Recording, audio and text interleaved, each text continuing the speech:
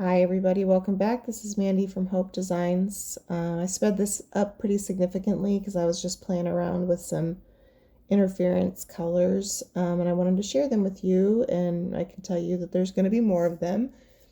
So I have the Colourarte Interference Colors, and I also have the Interference Sparkle Colors, which just have a little bit more sparkle because the mica interference color is has a bigger flake in it. So what you're seeing here is I laid down some carbon black and some Alizarin crimson hue from golden. And this interference that I put on top of that is the Colourarte Interference red. And I added in some gold sparkle interference, and it turned out really beautiful. The color I just put on top of that is Quinacridone Nickel Azo Gold from Golden. And then that top color is Australian Red Violet from Matisse with a tiny bit of white. That's just regular titanium white in the pouring medium. And I'm going to use a lamp black cell activator. So I was basically just playing around with some, earthy tone colors that would go well with that particular interference. But I mixed up 5 different kind of shades last night using various interference colors, and I had mixed up the red and the gold together, and I was chatting with Leslie, telling her I was playing around and mixing up some colors, and she suggested that I use a sparkle color with an interference color when I was kind of doing those duo type colors, because it would really make it pop. And I was like, oh yeah, that's a great idea. So I went ahead and tried what she suggested. And so I did a few different things. I did an interference violet with a green sparkle. Or wait, I think I did interference green with a violet sparkle. And I did interference violet with red sparkle. And I did an interference violet with, I want to say, a blue sparkle. And then I did interference blue with green sparkle. And I kind of want to do an interference gold with either a red sparkle or I'm not sure yet, but super fun to see. And I basically put a little color swatch on a black piece of cardstock and then on a white piece of cardstock just to see what they might look like.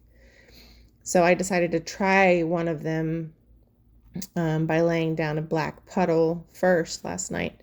In a recent live for the Sheleeart class, we talked about peacock cells, which is just a term that people use when you have more than one color within a cell.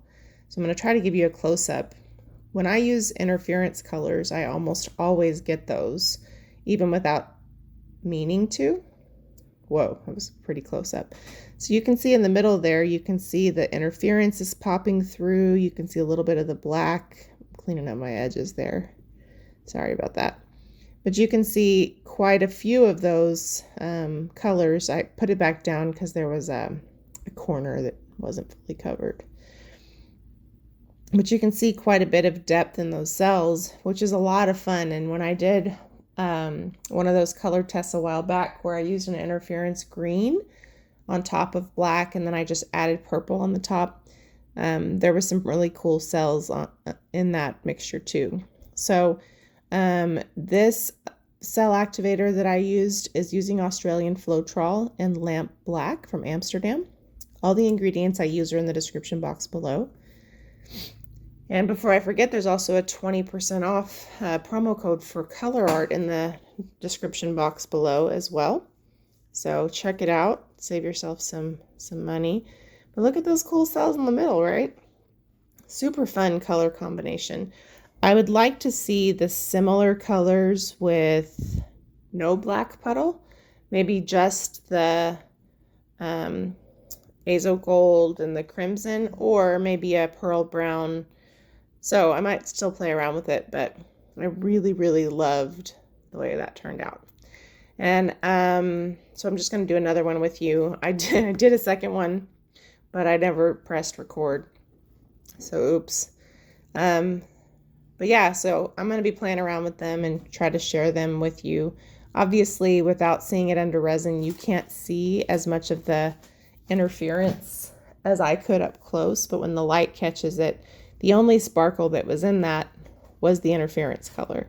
So you can see the shift from like a gold to a red, and when they dried, you could really, really see it. So I will share the resin result in our Fluid Art Friends Facebook group. If you're not part of that, feel free to join. I try to share dry and resined videos so you can see the depth of color. It's hard to get a really good angle with the studio lights because they're either so bright or they create a little bit of a glare on wet paint. So, but it's a lot of fun to try them and see how you can use them. This nickel azo gold color is such a weird color. It's so pretty, but also so strange. But I have yet to see it not look good in something. It creates the coolest effects. So it's like a weird, when I first got the color, I was like, this is brown, but it looks so cool in almost anything. So I'm a fan.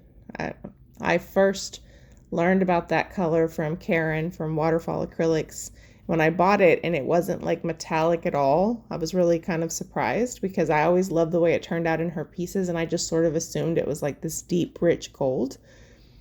But it's really kind of like a tan brown color, but it looks great in almost anything you put it in. I have yet to put it in something and regret it. So I'm blowing out the bloom with using the little World's Smallest Blower. I've taken the little black attachment off. I know it's hard to tell what it is because it's covered in paint.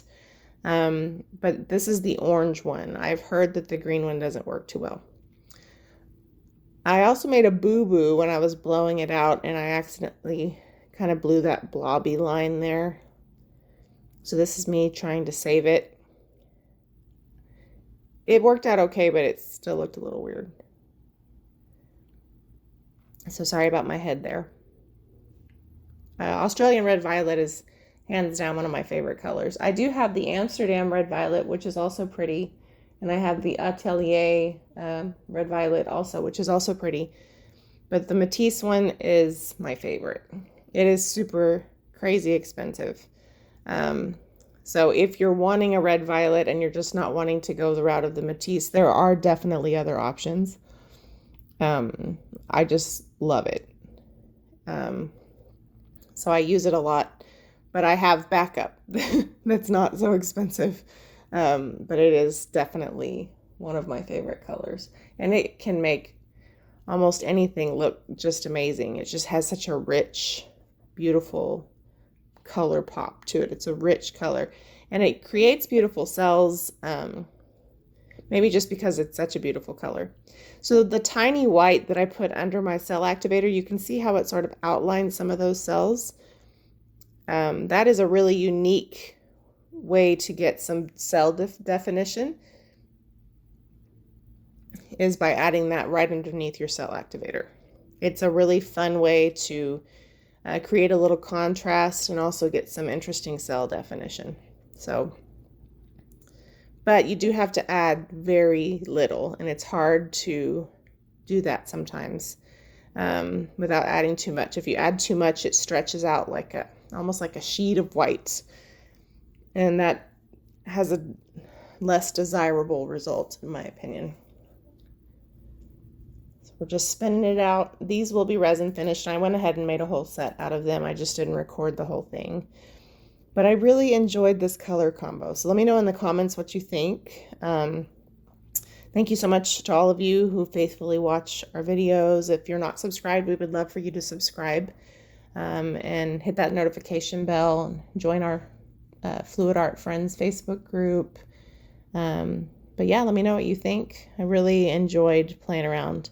You can see that shift when I twist it. You see how it shifts? So pretty. I really enjoyed playing with these colors. So that's just another way you can use your beautiful color art. Have a great day. Thanks, guys.